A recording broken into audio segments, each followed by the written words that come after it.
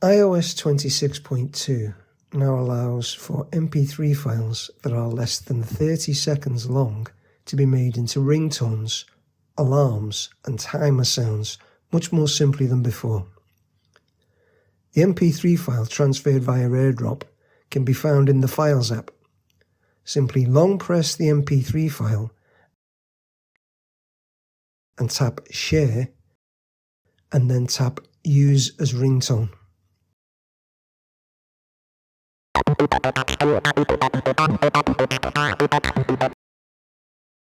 To use the MP3 as an alarm sound, simply select it from the available sounds as usual.